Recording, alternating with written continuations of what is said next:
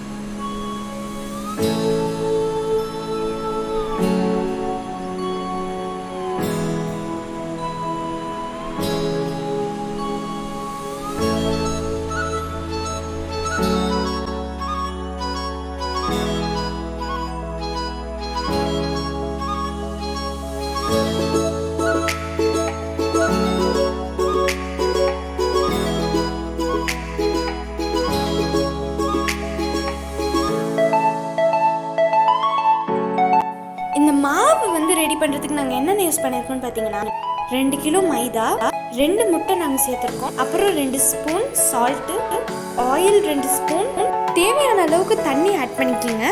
சப்பாத்தி மாவு எப்படி பிசைவீங்களோ அந்த பதத்தில் பிசைஞ்சுக்கோங்க. 4 மணி நேரம் விட்டுடுங்க, ரெடி ஆயிரும்.